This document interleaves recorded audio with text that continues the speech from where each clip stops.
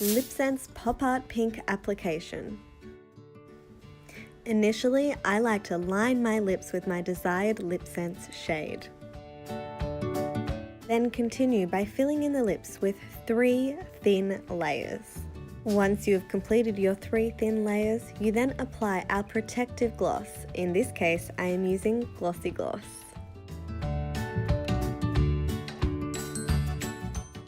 And check out why everyone wants our range. LipSense is completely smudge-proof.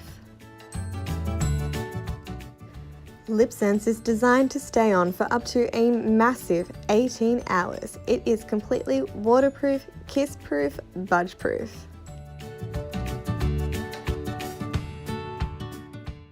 And to top it all off, LipSense is wax-free, lead-free, and animal-friendly. Thanks so much for watching. You know what to do. Make the switch to LipSense by SeneGence today. Bye.